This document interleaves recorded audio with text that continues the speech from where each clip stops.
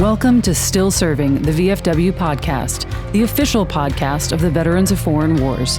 And now, from the VFW Memorial Building in Washington, D.C., here's your host, Rob Couture. And welcome to Still Serving. I'm your host, Rob Couture. Let's go around the room for a roll call. Joining me here in the studio, the Director of National Legislative Service, Kristina Keenan. Hey, everybody. Hey, Kristina. Next to her is our Executive Director of the VFW's Washington office, Ryan Gallucci. Hey, how's everybody doing? Happy holidays. Happy holidays.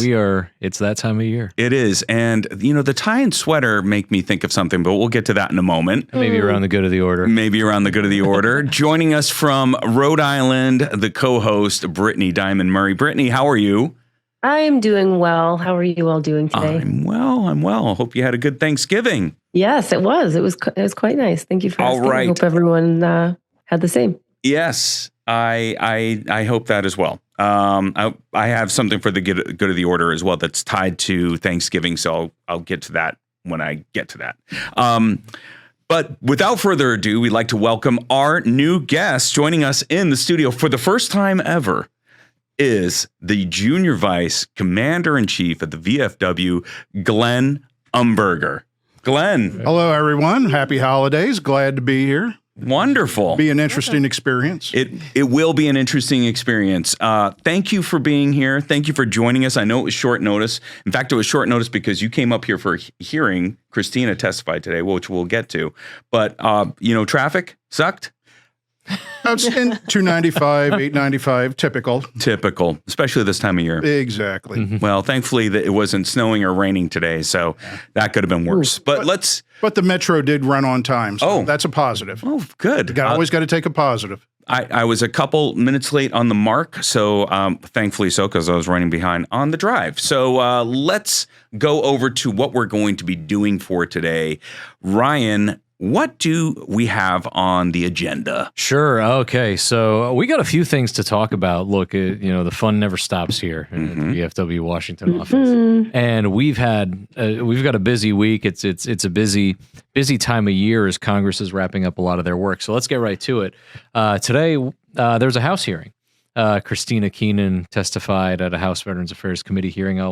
We'll hear from Kristina about that and the VFW stance. But this afternoon is a Senate hearing. Now, the VFW submitted a statement for the record. We're not a witness here, but it's an issue, a major issue, VA prescribing or overprescribing. The VFW has a resolution on this and has worked with Grunt Style Foundation to raise awareness of this issue and propose some solutions. So we're going to talk through that. And then this week, NPR published a story about our favorite topic, claim sharks. We're gonna go over some of the new details that NPR helped to expose. Yeah, and that should be a lively discussion. Boo, as in like real boo, not cootie boo. Yes, for those that are in the know about our cooties who say boo. Important distinction. Right. And then a very tough topic. Look, right before Thanksgiving, the West Virginia National Guard is activated here in Washington, D.C. They were on patrol, and two members of the West Virginia National Guard were attacked. We're going to talk about that. It happened right here in our backyard. I know that the VFW, we stand by our citizen soldiers 110%, and this was just an awful act. And we're gonna talk through it. Then, last but not least, as always, we have the good of the order. The good of the order. Well, that's excellent, Brittany. There from afar, did you happen to watch the hearing that took place today? You did. Mm-hmm. Can you play for us a little snippet of what that hearing was like? Coming right up. All right, let's watch it. Here we go. Chairman Bost, Ranking Member Takano, and members of the committee, on behalf of the men and women of the Veterans of Foreign Wars of the United States and its auxiliary, thank you for the opportunity to present the VFW's views on pending legislation. The VFW supports H.R. 4077, the Guard Veterans Health Care Act, to allow VA to recover costs from Medicare Advantage and Medicare Part D plans, closing the taxpayer cost duplication loophole that results in payments for care that those plans do not provide. This would strengthen VA's financial stability. Our support is backed by VFW Resolution 603, which affirms the organization's commitment to ensuring VA can collect appropriate medical reimbursements. The VFW stresses the need for careful implementation of this legislation and strong oversight to avoid administrative burdens or improper copay increases imposed by these insurers on veterans. Turning to H.R. 6047, the Sherry Briley and Eric Edmondson Veterans Benefits Expansion Act of 2025. While the VFW appreciates the committee's focus on strengthening the benefits included, we are very concerned about how this legislation will be financed through expanding the VA home loan funding fee. The VA home loan program has been one of the most impactful benefits ever created for veterans. Since World War II, it has helped veterans achieve stable, long-term homeownership. Through the 80-year history of the program, disabled veterans have always been exempt from the funding fee. They earned that exemption through their service and their injuries. H.R. 6047 would break that long-standing promise by imposing a funding fee on veterans with a VA disability rating of 70% or below on their second and future uses of the loan. That is not a minor adjustment. It makes home purchases more expensive and is a fundamental shift in how we treat disabled veterans. In accordance with VFW's Resolution 601, the VFW opposes reducing benefits of one group of veterans to expand those of another. The VFW recently testified at a Senate hearing and participated in House roundtables in response to numerous articles by the Washington Post that have claimed that veterans' benefits are too generous. We wholeheartedly disagree and urge our leaders to honor the contract. When we joined the military, we entered into a service contract that obligated us to face dangerous conditions and to train and deploy whenever and wherever required. That contract also obligates the federal government to provide benefits to veterans when they get out. For generations, these benefits have been viewed as earned rights, not financial levers to be manipulated by offsets. This proposal creates a designation where some disabled veterans deserve to pay and others do not. The VFW rejects the entire premise of that debate. Disabled veterans have already paid in service, injury, and hardship. They should not be asked to pay again through fees. If Congress decides to reduce this benefit, what stops future Congresses from going even further? Would VA charge fees to file claims or to access folk rehab? Why target disabled veterans for this offset at all? Congress has other options available, options that do not place the burden on disabled veterans. Regarding the dependency and indemnity compensation portion of the bill, it includes a small increase, but it is nowhere near the level the VFW has been advocating. Survivors currently receive only 43% of what a totally disabled veteran receives, compared to the 55% in other federal survivor programs. Under this proposal, survivors would only see a 2% increase over 5 years, far short of the 55% parity the VFW has supported. The VFW wants to see increases in support for the most severely disabled veterans, and we want to see survivor benefits strengthened. The people in this room, on this panel, deserve that. We agree that these are long overdue. If this committee finds a different way to pay for these, the VFW would be proud to support it. We cannot endorse a precedent that makes disabled veterans pay and fundamentally changes how veteran benefits are valued, accessed, and protected. Honor the contract, protect the integrity of the VA home loan program, and protect the benefits that veterans have earned. Chairman Boss, Ranking Member Takano, this concludes my remarks. I'm prepared to answer any questions you or the members of the committee may have. All right, Brittany. Well, thank you for that. Boy, I tell you what, Kristina, that was quite a hearing. A lot of people in the room. Yeah. Talk to us a little bit about it, if you will. Sure. So this was a House Veterans Affairs full committee hearing on two pieces of pending legislation, which you would have heard from the clip. So VFW weighed in. Basically, we have VFW resolutions that directly inform us on these pieces of legislation. So the Guard Veterans Healthcare Act is about Medicare Advantage plan reimbursements. So when a veteran has this coverage, but they use the VA, currently the VA isn't getting reimbursed for that care in the same way they would for other private insurance coverage. So VFW has a resolution to support reimbursements like this. This is why why I communicated our support. There are concerns that stakeholders have about how that could be implemented. Want to try to avoid any situation where these companies would react to higher costs that could be incurred on the veteran. So we're constantly in communications with the committee staff, try to find ways to make sure that there's some guardrails on that and that implementation is done correctly. But in theory, we want VA to be able to recoup some of that, some of those reimbursements, and that would make the VA more financially sound as well. Well, it's really strange that they go after insurance. Well, not go after, but if they are doing so, they actually ask for reimbursement, but not with Social Security. Is that because it's intergovernmental? Maybe that's the issue. I believe it's across the board for Medicare, but for the Medicare Advantage plans, we see this as a reasonable reimbursement avenue. And so there is just sort of that loophole that exists for all forms of Medicare. Yeah. So, there's a lot more work to be done on that, I think, on that issue.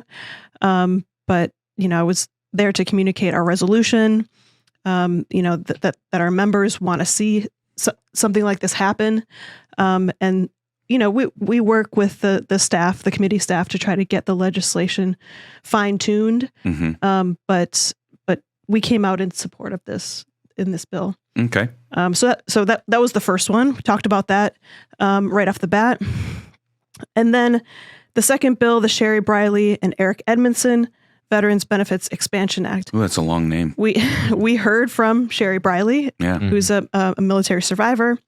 Eric Edmondson was in the room. He's a catastrophically injured, severely disabled veteran. His father testified. They gave really profound personal stories and explained the need for special monthly compensation to be increased for those very severely disabled veterans, which we totally agree with. Yeah. And then Sherry Briley spoke about the need for survivor benefits to be increased. They have not been substantially increased since 1993. And the VFW has been advocating for an increase of those benefits. Yeah. So those are the two sort of benefits expansions in that bill. Definitely worthy things that we support, we have for a long time. Our main concern was how the bill was going to be financed. Right. So if you watch the hearing, which I hope people will, you'll hear us talk a lot about honor the contract. It's a message that we've had all of this year, which talks about how you really can't reduce one benefit for a group of veterans, a group of disabled veterans, to pay for another. And so that funding mechanism would cause people who use the VA home loan certain people that use the home loan to have to pay the funding fee. And we really do not want to see the VA home loan reduced, deteriorated in any way. It's a long-standing benefit that we've fought for and earned, and we've had for 80 plus years already. So that was sort of the tension in the room, was benefits for one, but cutting another. How do you reckon it certainly seemed like there was some tension in the room. Ryan, I know that you were there in the room as well, and you have thoughts about this. Well, I was going to ask Kristina, you got a lot of questions at this hearing, more so than the VFW gets usually when we're witnesses. But there's a lot of emotionally charged dialogue too, which made it, as an observer, it made it kind of a tough hearing because on the one hand, yes, I mean, Sergeant Edmondson and his family that certainly deserve the increase in special monthly compensation benefits, but man, the larger picture of setting a new precedent with benefits, I think that's the bigger concern. What were some of the things that you shared with the committee when they asked you about the VFW's stance on that pay for?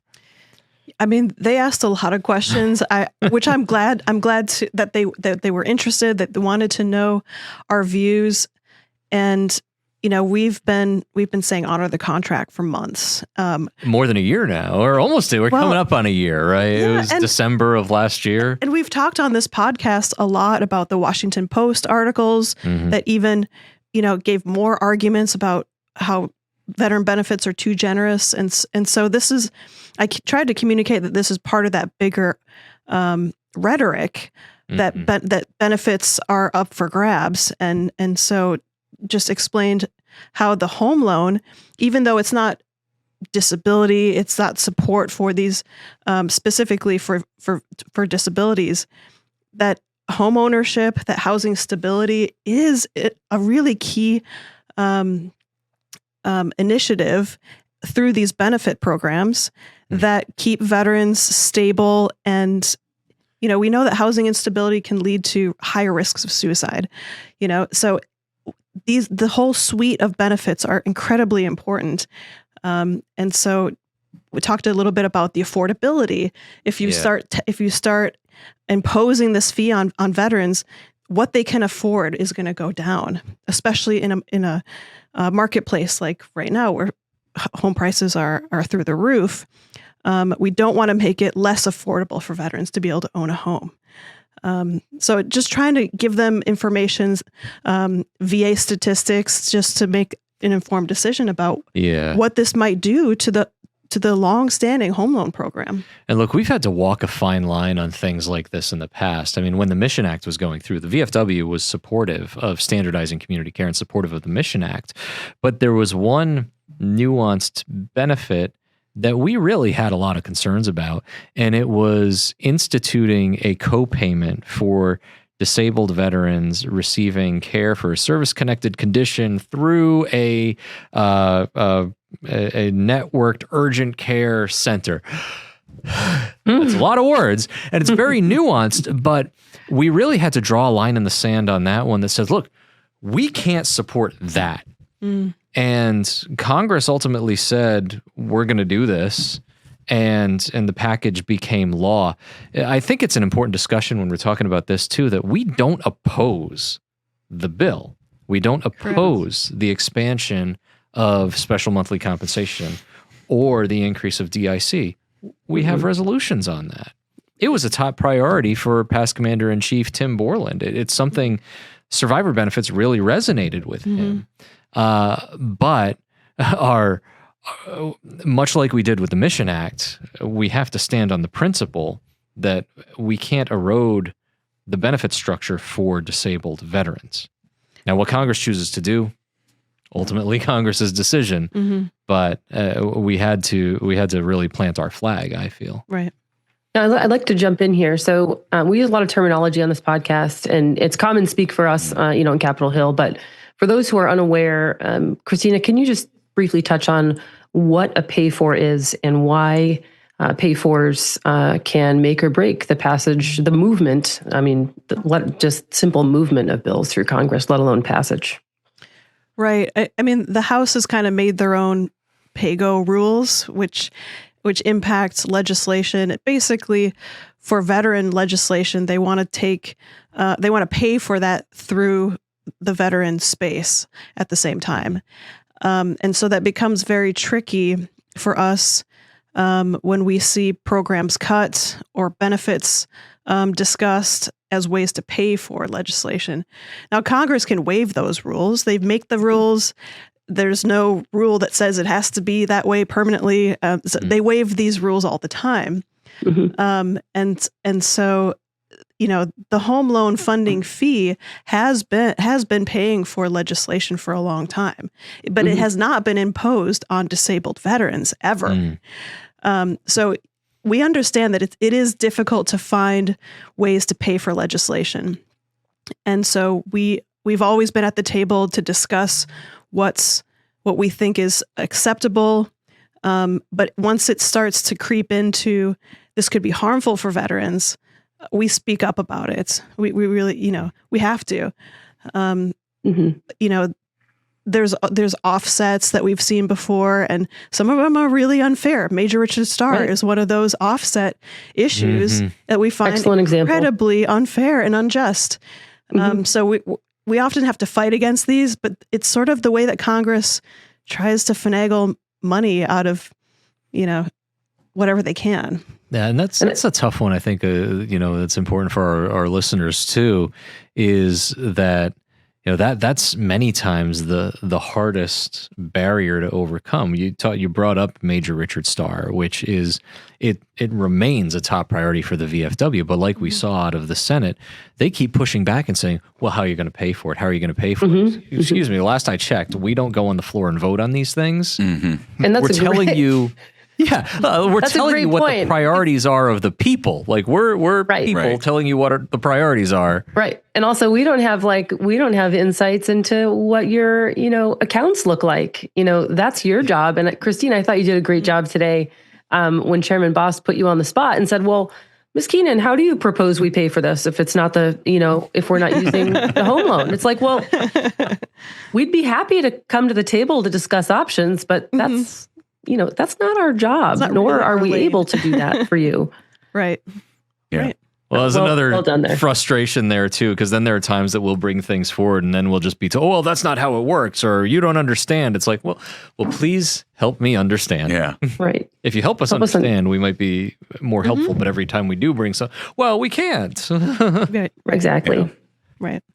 Wow. It was a good hearing. Glenn, was this your first hearing on your own, driving up and actually being witness to? Have you done this before? No, I've been to one or two before. All right. But what I do have to say is to the membership, you have to be proud of our legislative team. The work that they do is par none the best that I've seen out there. It was discussed how emotional the testimony was today, and emotion can come through if you're not able to live in the D.C. area and attend these in person, so you watch them online, and you can get some of that emotion. But what you may not fully understand or see is the preparedness and the reaction time of our legislative services team members that get to testify like Kristina did today. The fact that, we provide our testimony to them in writing beforehand. We don't have their questions necessarily beforehand. So it is going off of what you know and your experience and your involvement and engagement. And Kristina, you just knocked it out of the park. Also, the fact that the committee members continually kept coming back to you with the hard factual questions. Yes, we want to hear how it impacts the family, how it impacts your routine, but the hard numbers, the facts on the case, how are we going to get it done? That is where you were the linchpin to fighting our fight and making our statement a viable one. The other experience I saw today was I do believe some of our committee members need some team building time. Stop pointing the fingers. We all have our job to do. Let's go about getting the job done. The rhetoric is rhetoric, but we need, for the benefit of our veterans, to do our jobs. We're out here doing our responsibility. Now it's the time for them to do their responsibility. And that was mentioned in, I think, by one of the committee members during the testimony. Yeah. Glenn, I think you bring up a really good point on the bipartisanship that the committee needs. I think, from the preparation that Kristina and her team did just for this one hearing. I mean, there was a lot of behind the scenes discussions and things like that, and then there still seems to be this frustration of okay, well, how do we get to where we need to be? The committee over time has been known as a nonpartisan committee, that the Veterans Affairs Committee can come together and get good things done for veterans. It's looking harder and harder when you have a hearing like that, where these are very serious issues we're talking about. I mean, the needs of the Edmondson family are clear, and the veteran community needs action in a timely manner.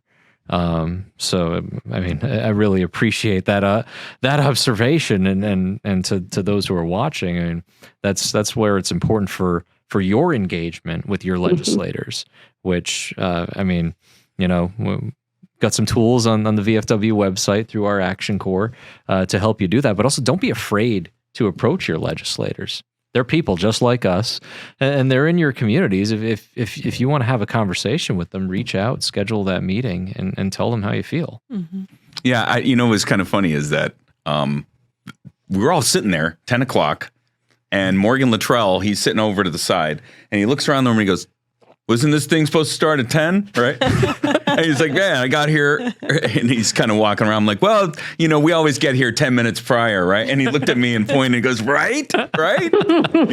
So he's just like, these guys that are members of Congress and, different political stripes, but nevertheless, especially the ones that are veterans, you can really talk to them at the regular level. You know what I mean? Oh, yeah. It's tough. You all do a lot of tough work with the staffers that are on the other side that are really pushing hard for legislation. You have hallway conversations that sometimes are a little tense. Yeah.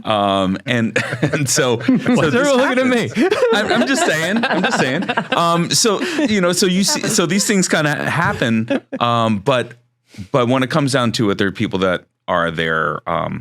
Not everyone. I can't speak for everyone there, but it does appear like a lot of them do have veterans in mind. The ones that are on the committee, it seems like they were a good pick to be there. You know what I mean? To be part of that, to make those decisions on behalf of us veterans. Well, there's a number of VFW members on the committee. There was. Yeah, that's absolutely true. Yeah, there are a few. Yep, there are quite a few. So with that, we scored some points. Maybe. I mean, I love that they said honor the contract a bunch of times. Yes. It went to you. I kind of think that possibly they're like, because, they did announce in the beginning that you're with child. They did. Yeah. And so spoiler alert. they said you're with child. And so it could have been the fact that they know that you may not be testifying for a while. And they're like, we need to get as much Kristina in as possible before she goes on. I thought General Bergman's comments were really nice. It's always great. They were. To have that kind of, It's nice. connection. Yeah, it's nice when they give us kudos, when they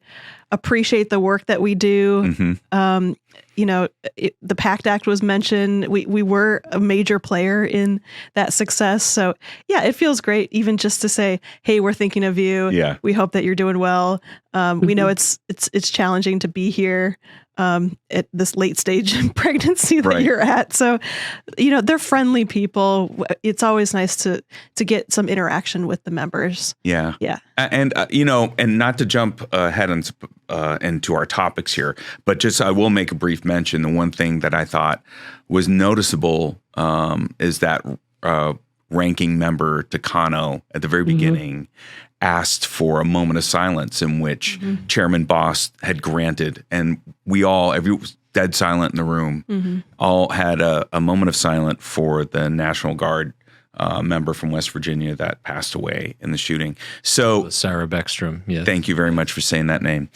So very important that people pay attention, understand that these are just regular folks.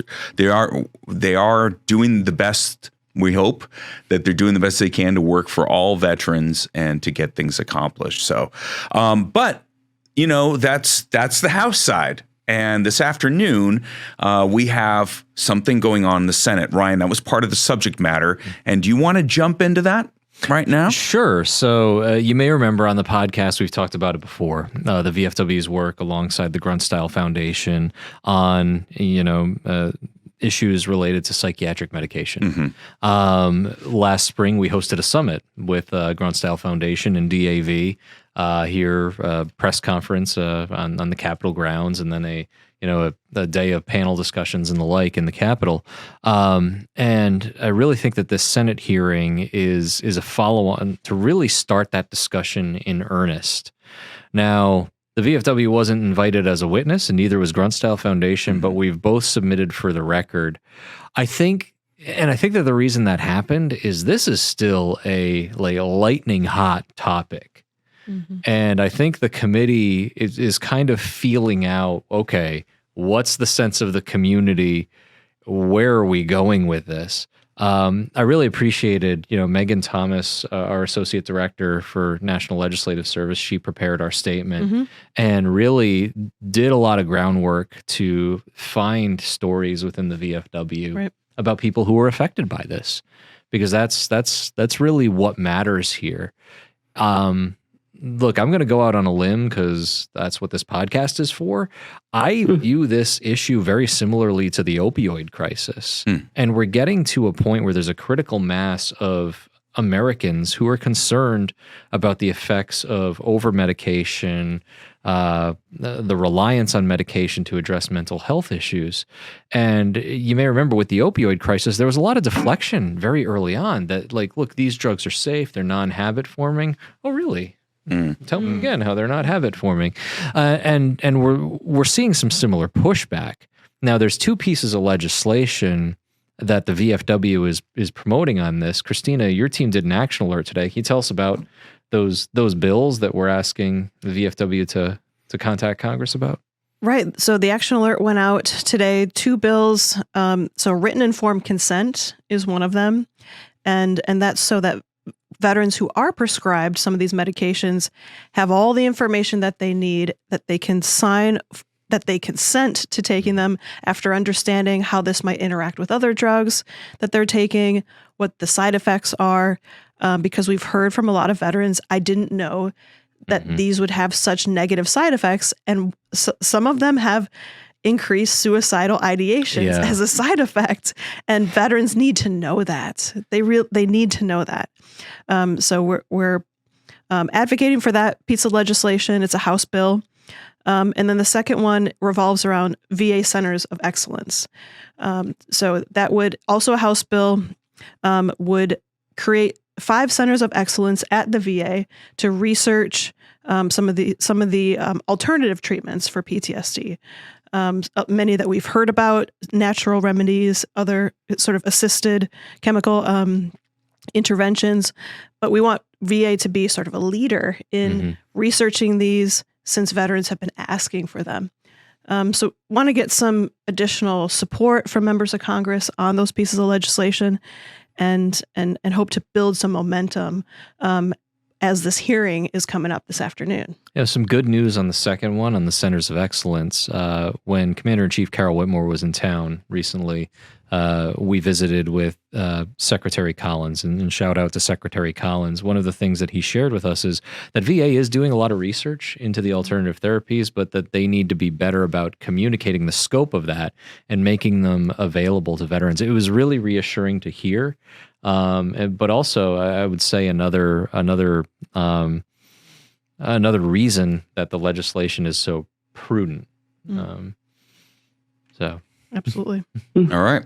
Well, that pretty much covers it then, I guess. Absolutely not. No. I would say the last thing is when you see these emails, please click take action. Yeah, right. We have a very high rate of open rate, so people open the emails, but a lower rate of pushing that button. So please take action. Let your members of Congress know that this is important. And we've got 2 members of our team, the legislative team, who previously worked for Senate offices. And they said they really do, the staff really do pay attention to those action alerts. Yeah. They are tallying them. They are noticing what veterans are saying. So it's not just going out and into some, spam box. It really is going to these congressional offices, and they do pay attention. Well, maybe it's the fact that like when the link comes in, you get blocked by Mimecast and you have to go through this whole system. I'm just kidding. Sorry, IT, we love you guys. Glenn, how easy was it to do the action alert? Well, on my personal phone, it was very simple. I haven't tried it on the VFW phone because Mimecast was an issue. It'll block you, right? Yes, it will. And so I thank you, IT. Didn't get me through it, but yeah, Mimecast can be problematic. Yeah, that's just a security protocol for all those. I mean, look, so yeah, if you get on there, you get something from Action Corps, or you could just go on to Action Corps on our website, vfw.org/ you can go advocacy, and they'll get you to Action Corps. You can click on the different links that are there to sign up for Action Corps. If you haven't done so, you need to do it. So there's a little promo for that. So I want to dig into these topics just a little bit more on what we're talking about today, because Kristina, you hit on something with informed written consent. This is one that like personally rubs me the wrong way, and I think I talked about it on the previous podcast after we had the summit that look, I was prescribed at one point an SNRI, which is in these classifications of drugs, without being consulted about what its side effects were. And it was a horrific experience. Thought I was losing my mind. The daily panic attacks, bouts of rage. And lo and behold, you read the black box warning. Oh, that can be a side effect. And if that happens, you should call your doctor immediately. It's like, well, you know, if I had informed written consent on it, I probably would have known to look out for that or not accepted the medication at all. Compared to things like, you know, anesthesia, where if you're ever given anesthesia, you have, it has informed written consent. And the other notion here is, when talking about these medications, some of the pushback within the medical community is, well, some people need medication. Okay, that's true. Opioids work very well too. They do work for what they're needed for. They are habit forming. There are dangerous side effects. You need to be aware of those. And the same with these medications. One of the challenges is, are we medicating first in lieu of trying other things? And are we providing all of the information that a patient needs to make an informed decision? That's just, that should be just basic medical practice. And I know, you know, I appreciate Megan reached out, asked if she could share my personal story in the testimony. I said, absolutely. Yeah. And I'm really grateful that she did that because, you know, this is an issue that I think in the veterans community has started to become so obvious. And I'm grateful that the Senate's taking it up. I'm hopeful that next time the VFW will be invited for a seat at the table. Nice. I promise it'll be constructive. But I really think that this is the start of a long overdue discussion. And I think where you talk about your personal situation, this is where the members take their personal situation, go to the field office where your legislature is, and tell them about just exactly how it impacted your life. Take your spouse with you. Let them share their side of the story, how they see what their hero is going through, what their significant other is going through, and how it's impacting their stability in their own life and their own family. And that is how we continue to make change, by going forward and communicating here nationally, but communicating back home. Because as we know, as the legislative teams come for the fall conference and the spring Washington conference, when they talk to the staff, maybe have an opportunity to actually speak to the legislature, the one thing is we don't hear from our constituents. Well, here is an opportunity to get two birds with the one proverbial stone. Go to the field office, tell the story, tell your true story, give them that emotion that we all have for this situation, and maybe, just maybe, it'll sink in and we'll get positive movement. You know, you bring up a good point, because I think a lot of Americans don't realize that their legislators want to hear from them. It's almost like two groups talking past each other. that you're just you're a veteran sitting at home, you're an American sitting at home. You think, well, they're an elite member of Congress, they don't want to hear from me. But then the member of Congress is sitting there in their office. I'm not hearing from my constituents about this, so it must not be an issue. So these stories are important. They're really important. We're trying to collect more stories. Our National Legislative Committee has been tasked to talk to posts and districts and departments and gather some of these stories so that when they come to Washington, D.C. for the conferences, they can bring those stories from the constituents. But it's incredibly impactful to say this is exactly what it's done to me in my life. Those stories do a lot for our advocacy. And one more misconception, Glenn, since you're here, because you said you've been to a number of hearings. I think many Americans also don't think that they can just come and do this, that they can just show up. What was it like to get into the building today? Let's see, a 1 block walk from the metro station, stood in line for 5 minutes, went through TSA security and right up to the conference meeting room, waited for the doors to open, went in, took a seat. So it's open to the public. It's open to the public. Yeah. When they say it's the people's house, it is truly the people's house. Yep. Mm-hmm. Well, it was a lot easier this time. That was a lot easier than last time. Last time we were like waiting out there forever because they had blocked off sometimes.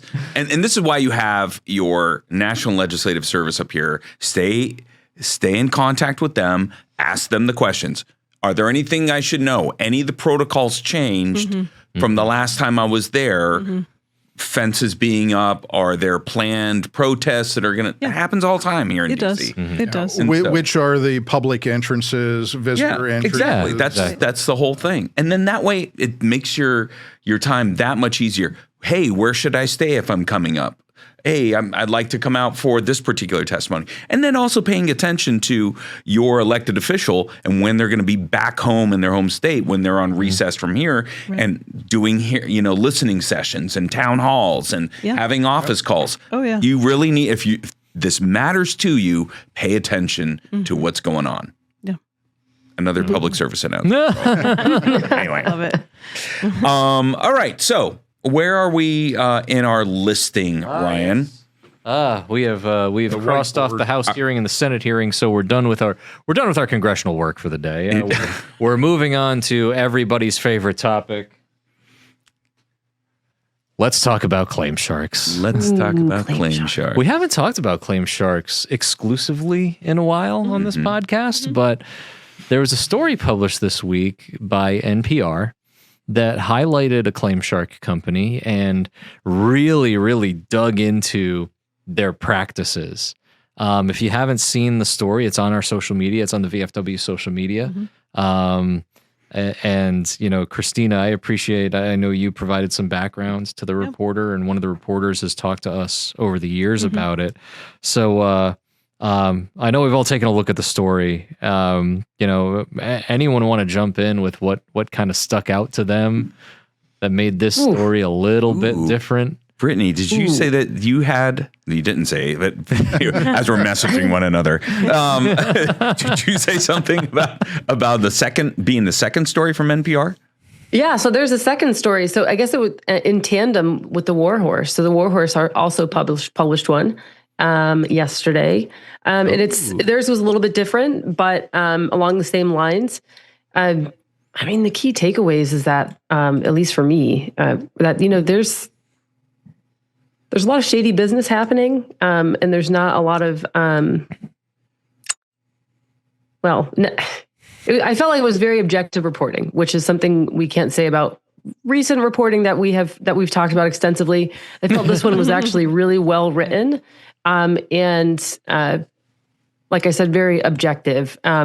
It was they came at it from the perspective of a lot of facts, a lot of documents, and they did a really good job questioning the companies, questioning former employees about what they experienced, what they witnessed there, what they were personally asked to do. I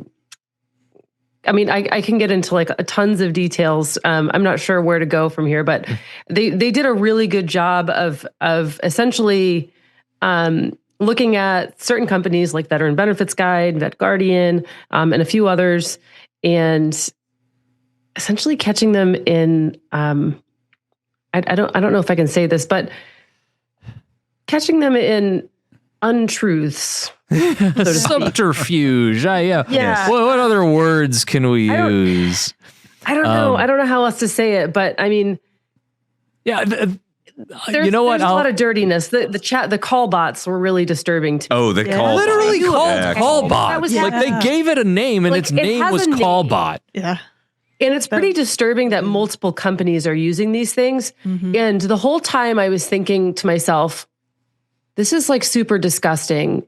We knew, but that they were doing stuff like this, like asking for personal information and saying that they were accessing VA systems. We knew that some of these companies were doing these things and accessing VA systems on veterans' behalfs, right? But there was a part of one of the articles that talked about how they were literally like bogging down the system to the point where VA had to block some of their numbers. And so like, what does that mean? That means veterans who are actually trying to call and get information they need couldn't get through because these call bots were we're flooding the VA for their own purposes to exploit veterans. That's horrible. Yeah. Brittany, I think you hit it on the head. I was hoping we would go to Callbot because this is the one, it was kind of cathartic to read the NPR story. I haven't read the Warhorse story yet. I will read that right after this. But in the NPR story where they talked about Callbot and what it actually did, and that was Callbot is a software program that the company Trajector used to jam up VA's phone lines for the purposes of invoicing their questionable invoices on benefit claims assistance. So we had gone through this in the past where we speculated this is how they did it. This was personally frustrating for me to read because during the last administration, we raised these pointed questions. We're like, look, someone is calling and accessing their claim files or accessing the information for invoicing purposes. We were working with one veteran specifically who, saw it was a scam, started questioning why are they asking for this personal information, came to the VFW. We did the work on his claim. And then when he got an invoice, he contacted us. He's like, I don't know how they knew I got a rating decision. We reached out to VA directly and we said, we've got a smoking gun for you. This is the veteran. This is the claim info. This is what happened. And basically the response we got from VA after they looked into it, like, oh, no, nothing unusual happened. Like, if there's a call bot that's jamming up your phone lines, how do you not know that? Right. Oh my gosh, Ryan Gallucci called 3,000 times last week asking about his claim status. Wow. You must not have a lot to do. If you're calling 3,000. One of the software engineers said, quote, a software developer, one of the software developers said, quote, we were calling and abusing that phone line, end quote. Yeah. Oof. Yeah. Callbot would make as many as 20 concurrent calls to the VA and would run for days at a time. Wow. And that's basically just like customer service for claims. That number? Well, yeah, to see if they're, what their current monthly payment is. So if that payment amount had gone up, they would know, and then they would send a bill to the veteran, even if the increase in the monthly amount had nothing to do with their work. Yet the company said that management was aware that it was making a lot of veterans upset, but it was driving profits, so they had no reason to fix the problem. Right. Because even if they were charging veterans for claims increases that they didn't themselves, help facilitate. Yeah. So this it's just so gross. It's crazy. And I remember one of the quotes from that article was that the veteran had received a phone call from the company saying, "Congratulations, your rating went up." And he's like, I haven't told anybody this. How do you know? How do you know? Right. Oh, it's so bizarre too, because the VFW has been called every name in the book on this issue, or saying we're exaggerating this, that, the other thing over the years. Kristina, you've been confronted on it in hearings. I've been confronted on it, and why won't you come to the table? We're just providing these options for veterans. Like, look, we're telling you that they're literally getting ripped off. Yeah. And we're asking for some due diligence because, look, we're not investigators. We don't have access to all of these pieces of information. VA does, decision makers at VA do. When we raised this issue, it was under the last administration. In response to these stories, we are planning to reach out to the current administration and say, hey, look, here's the smoking gun we've been looking for. Can you guys do better, please? Yeah. Right. We've been calling out this issue for years and getting beat up for it too. It's like this is what's happening and why we keep talking about it. And look, there's another one. It's not a new issue. Before, after the Civil War, I thought we coined claim sharks, but they used to be called pension sharks. Isn't that nuts? Actually, and we talk about the Puck magazine article or the picture, right? The VA shared it about these pension sharks. And sure enough, there's Puck, who is, if you don't know the Puck cartoon, it was like, in the late 1800s, it was a kind of a cherub kind of a character. And it would be the one that has, the smart alecky kind of comments. And it's telling this Grand Army of the Republic veteran who's in his full Union uniform saying, hey, look out for, those pension sharks. And on the steps behind him is this pension shark, a shark in a suit, calling for him. And that's pretty amazing. So that all these folks have been in business, different names, different modalities of how they're getting money out of veterans. But ever since veterans were given some kind of pension or benefit, they're like, oh, how can I sink my teeth into that one? It happens every time we've got a conflict, post-conflict, and we increase benefits based off of the needs of the veterans. There are people hovering to try to get a piece of that. Oh, yeah. During the accredited service officer training back in September, there was the 2-hour class on claims compensation and the abuse of that system by unscrupulous people throughout from the Revolution forward. Yeah. It was an amazing class to sit through and to hear how American citizen soldiers were requested to go forth and go into harm's way and be promised one thing. And as soon as they get back, either the government says, sorry, too expensive, or you have somebody on the other side saying, ooh, I want what you just got, but I'm not going to pay for it. I just want it. Yeah, it's so sad, right? Because it's not just VA benefits. I mean, you have some companies out there that are doing unscrupulous things when it comes to, loans for veterans. I mean, even when you're in the Army, right? And we're all Army veterans. Payday loans. That's all services. So I want to make sure we're joint here for Brittany. But for all services, right? Payday loans, those that are offering, hey, you want that Mustang? We can get it for you at, 17% interest or whatever the rate is for the APR. But they're always out there trying to get our money. Come on, you live in the barracks. You can afford it. You can afford it, sure. Yeah. But I think it was really, with all the reporting, just like Brittany had said, as of late that's gone on when veterans benefits, it was rather refreshing to see, and now two news outlets that are really shining a spotlight on, shedding light really on this really dark, it's just plague that we have within the veterans community. And focusing on the right issues. And talking about it in the right way. Right. Like the other piece that we've beaten to death over the last 5 episodes of the podcast, I mean, just, made ridiculous assumptions and presumptions and just kind of, drew their own conclusions somehow. And then, so it's good to see, as Brittany put it, an objective perspective on this. Yeah, it was really interesting what they were able to uncover. For instance, the NPR article, they talked about, the one company that they highlighted is Trajector, which we know about, and how they continuously say they don't help veterans, they don't file claims for them, et cetera.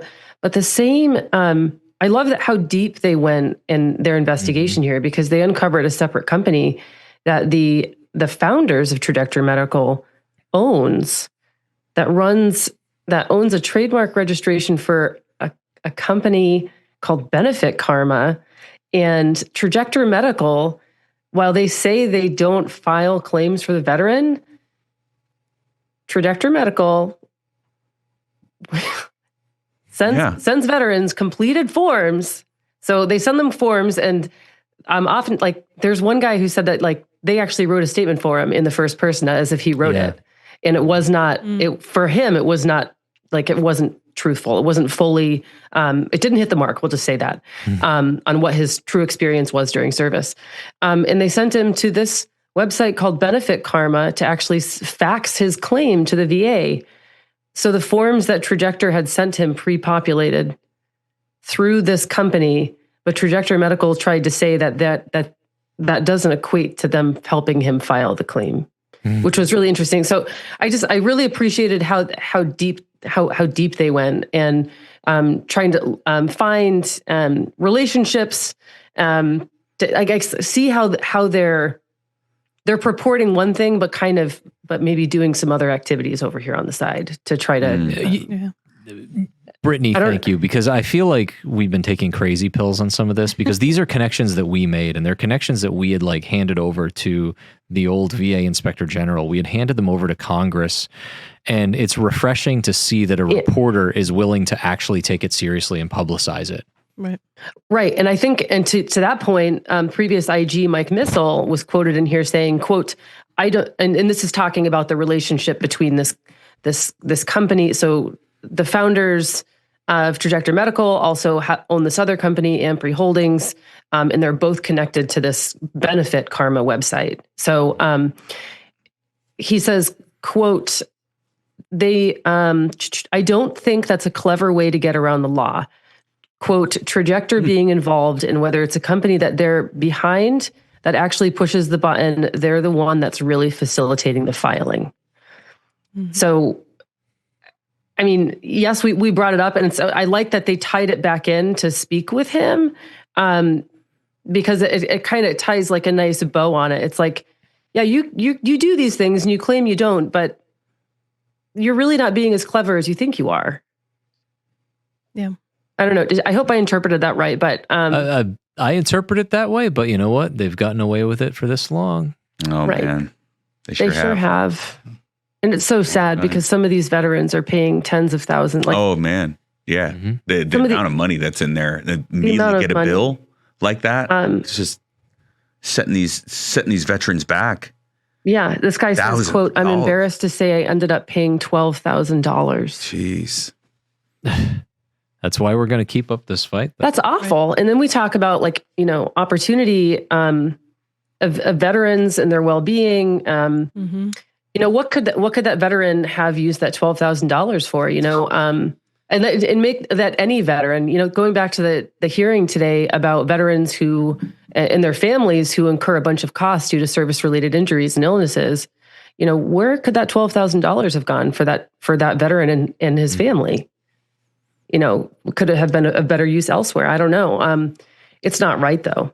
No. That's how that's my piece. And, all service members are affected by this. It doesn't matter if, what branch of service or active or reserve or even the Guard. The thing is that these veterans that put their trust in a company that tells them, hey, we can get you to 100%, which, by the way, they can't, unless they have the inside track and somebody on their payroll that can sign off on somebody being 100%, which apparently has happened before.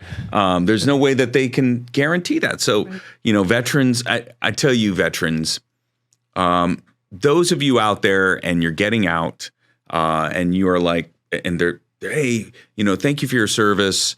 Appreciate it. We got a deal for you. They're not every single one of those companies or whatever that's out there that's got the special deal for you, or they have your best interests at heart. A lot of times it's they're looking to line their pocketbooks and meet their bottom line with your money, with your benefits. And so it's just something that I think veterans need to be careful for. Especially when it comes to your benefits, go to a VA accredited rep. We will say that every single time. Yeah. And go to VFW.org /claims, and you can on there have a drop down menu and find a VA accredited VFW representative in your area to help you with your claim for free. So another PSA right there. All right. But it's good to have a report like this. Sometimes and it brings, like I said, sheds much needed light on these issues. But in DC, we have tragedies that happen, and things that simply because a military member was in the wrong place at the right time or just doing their job, and they become a target. And so, Ryan, that was on our list, and I think I'm going to go ahead and hand it back over to you because that's something that you wanted to talk about. Yes. Look, this podcast is centered out of the VFW Washington DC office, and our charge from the members of the VFW is to carry the VFW's resolutions forward to our nation's leaders and make sure that benefit programs work for our service members, veterans, and their families. And it's no secret that the National Guard has been activated in the Washington D.C. area, and members of the West Virginia National Guard, Staff Sergeant Andrew Wolf and Specialist Sarah Beckstrom, were just doing their routine patrols around the White House area, and were attacked the night before Thanksgiving. Right. And look, they're from West Virginia, and Commander-in-Chief, I want to thank Carol Whitmore because she responded quickly, recognizing the timing and the unprecedented nature of it. West Virginia National Guard, they were going to be away from their families for Thanksgiving, period, no matter what. And that's the nature of service. That's the nature of volunteer service. You go where your nation asks you to go. Right. And so Staff Sergeant Wolf and Specialist Beckstrom were already going to be away from their families for the holiday. And they were out doing their duty. They were patrolling when they were attacked. And, ultimately Specialist Beckstrom died from her injuries. Yeah. And our thoughts and prayers are with her family, and we salute her for making the ultimate sacrifice for our nation. And Staff Sergeant Andrew Wolf is still in critical condition. Yeah, he sure is. And so our thoughts are with him. We're praying for him. We're praying for his family as well. And I really also appreciated the Commander-in-Chief's message that this is a time to really come together as Americans and recognize what we're asking our young men and women to do when they volunteer to wear the cloth of our nation. Yeah, right. When we're talking about, and I'm going to go there on this issue because we're here in Washington, D.C., and we've had discussions already here about, we're dialing back benefits. Are things too generous? Americans who volunteer to wear our nation's uniform are dying in the line of duty. Yeah. They are honoring their end of the contract, and it is our duty to honor them and honor their service. That's right. I want to give a quick shout out to VFW Post 3738 in West Virginia, who played a role in facilitating some of the vigils for Specialist Beckstrom and Staff Sergeant Wolf's family, because that's what the VFW does. We step up to support our brothers and sisters in arms. And, the timing of the attack was just awful. And I'm grateful that the Commander-in-Chief saw it prudent to send a message and remind people of the sacrifices that our men and women in uniform make every single day. Yeah. Well, thank you for bringing that up, Ryan. I think it's important that we do recognize those types of tragedies and have space like here that we can talk about it. So anyway, for this holiday season, if you haven't done so already, please keep our servicemen and women that are out there serving, whether at home or abroad, keep them in your thoughts and prayers. It is a dangerous duty, and whether it's in training or you're out there on a patrol or you're overseas, the chances of it becoming more than dangerous, where it's life and death situations, is very real. So, and we all know that. All of us know that sitting around this table. And, last time we were in these seats, well, Glenn, this is your first time, but we were all said that we were thankful for it. So, I think at this point, we should probably head on to the good of the order, as I know that there's some hard stops here in our recording. So I'm going to throw it over to you, Ryan, because you're the one that left us with hats on the tables and all these sort of things. So talk about it. Okay, it's the holiday season. So I'm very festive this time of year. Yeah. So look, my attire here is derived from the movie Christmas Vacation. Yes. Clark Griswold. But I want to talk about that real quick because watching the movie, first of all, Cousin Eddie is a veteran, and he talks about going to VA and things like that. And that's right. He does talk about that. But there's also, and I saw this online, there's an article from We Are the Mighty that speculates that Clark Griswold is a Navy veteran. And now, why do you say that? You look, and now I'm looking for the breadcrumbs in this movie to find out, okay, is Clark Griswold also a veteran? And do we have some kind of foil of, two veterans and their interaction? And because, when Aunt Bethany asks, is Rusty still in the Navy? They're thinking she's confusing Rusty with Clark. And that when he's watching the old movies, there's a picture of Uncle Lewis talking to somebody in a Navy uniform over Christmas, and Clark's sitting there reminiscing over it. Wow, that's interesting. I don't think I've ever thought of that before. And are you bringing it up because the Army-Navy game is coming up this month? Or, I don't know. That's true, too. Well, yeah, the Army-Navy game is coming up, and we're going to be out there in force for two tailgates. Yes, that's right. Which are going to be exciting. But I just wanted to lob that grenade under the table because it's the holiday season, and I love that movie. And I had never considered that Clark Griswold might also be a veteran.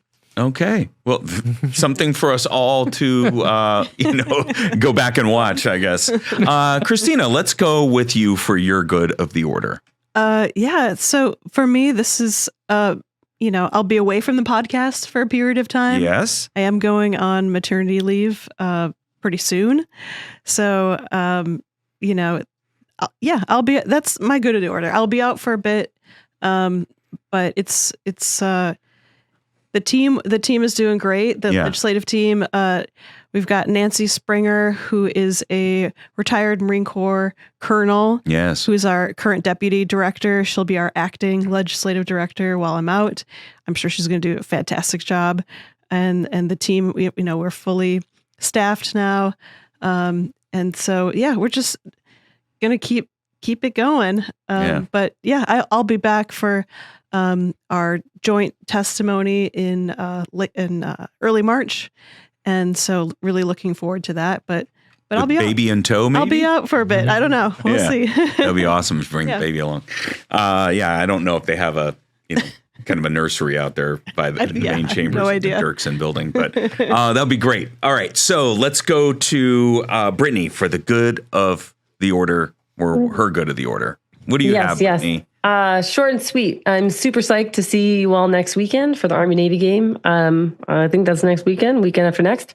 So really excited about that. And the other is I wish you the best, Kristina. Please do let us know if you need anything at all. And we are here to support. Okay. Thanks. Excellent. Thank you very much, Brittany. Junior Vice Commander-in-Chief Glenn Umberger, what is your good of the order? Oh, my good of the order would be, as we are in the 35th anniversary of Operations Desert Shield, Desert Storm, it was a pivotal moment in time when the reserve and guard forces were really called upon to go forth and be the supporting element to the active component in a way that we had not ever seen before. And at that time, I was actually just mobilized a week ago, 35 years ago. Wow. Oh, wow. So it's an anniversary. I, like many, know what it was like to be away at Christmas time, New Year's, through those family holidays and events. So take this opportunity to go out to your reserve and guard armories, not only with this situation that happened here in Washington, D.C., with having the 2 guard soldiers attacked, but formalize a relationship with them. Explain to them that they're appreciated, that we respect their service, and what we can provide them as an organization and as a fellow veteran, that they are not alone. We are in this together, and especially during these holidays is when we do need to be together. We need to do those buddy checks and contact each other and make sure, hey, how's your day going? Yeah. Everybody's entitled to a bad day, but just that reach out, that phone call, that email, that text could help somebody through a very dark, depressed time right now. So reach out to your friends, your family, your fellow veterans, and enjoy the holiday. All right. Well, thank you for that special message. Really appreciate that, Glenn. And always good to know. My son actually just enlisted back in October into the Maryland Air National Guard. Okay. So he's waiting for his basic training date as he's going off the drill. And matter of fact, he asked me if I'd cut his bangs before he goes into drill. So you all probably noticed like what is going on with my hair for the good of the order. I went and got a haircut, so I get a little bit of a trim, and it just so it's going to take a while before I can grow it all back. But no, during Thanksgiving, my go to the order is this. During Thanksgiving, on the Saturday after Thanksgiving, I drove home as in Maynard, Massachusetts. That's where I graduated from high school, spent a few years there. I call that kind of my hometown, even though I was born in a military base and moved around quite a bit when I was little. But that was kind of where I ended up before I went on with the rest of my life, so to speak. And I went back there, visited some friends, visited my coach from football, and he was inducted into the Hall of Fame for the athletic program that's there. So before I left, I said, I'm going to go visit the Veterans Memorial, that's the park that's there in the town. And when I was a kid, I didn't really pay much attention to it. I should have, but I was so focused on me. It's just the way it goes. So I go over there, and this park, which was put together, I think, from the American Legion and the Veterans of Foreign Wars that were there, which both those organizations are no longer represented in the town because everybody kind of moved away or passed on. But as I'm looking around these monuments, the hundreds of names from the small town that served in World War I, World War II, and then I'm looking at the wall for Vietnam, which is two-sided, and it's my friends' dads' names that are up there. And it just made me really appreciate the fact that of service and how deeply ingrained that is in these small towns that a lot of us come from. And also it made me reflect on how many of them were away from their loved ones during that time. So I'm glad that you bring that up, Glenn, because, and all of you really, because we do need to remember those that are deployed. And remember that there's a lot of veterans that went before us. Our fathers and mothers generations before, now with the younger ones, their parents were in GWAT like all of us, right? And then, but also the older ones that are still around from World War II and the Korean War, keep them in mind, check in on them, let them know that you appreciate them. And I think that's something important to reflect during this time and appreciate. So with that, thank you all for being on the program. We will have one more before the end of the year. We'll have a podcast. What day do we have that, Brittany? Do you remember that date that we're going? So, it's not next week. It's the week after. We'll have one the week after. Right. So we'll have another one drop on Friday the 19th, and then we'll be off for the holiday period. So, you're going to look forward to one more. We'll see you next year. And we'll see you all next year. Actually, I think this is... Thank you for being on the podcast. This is a really great opportunity. We'll probably see you next year, right, Kristina? Yeah, definitely. And the same with you, Ryan, because we're going to bring on our deputies for the last program, which is kind of cool. And that's it. So anyway, not only do I thank all of you, but I thank all of you that were here for the podcast. And remember, when it comes to the VFW, we are still serving. Take care. Thank you for listening to Still Serving, the VFW podcast. To get the latest news and information from the Veterans of Foreign Wars, make sure to follow, like, and subscribe to us on social media at VFW HQ, on Facebook at VFW Fans, or visit our website at VFW.org.